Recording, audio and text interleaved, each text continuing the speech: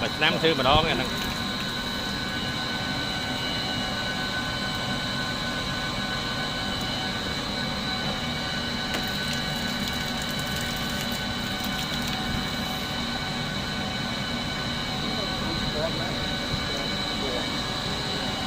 phú với bạn tích ba này không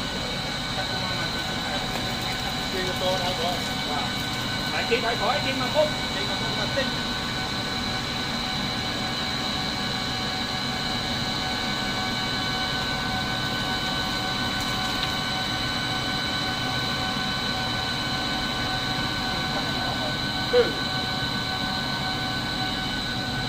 Scott ở trong pôn tắc kìa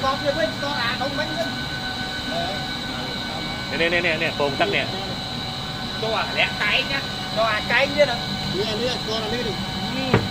độ lên đại trong tay trương à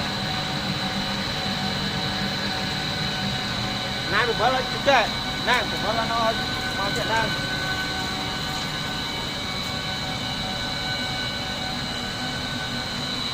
ai được tham tắc màn tích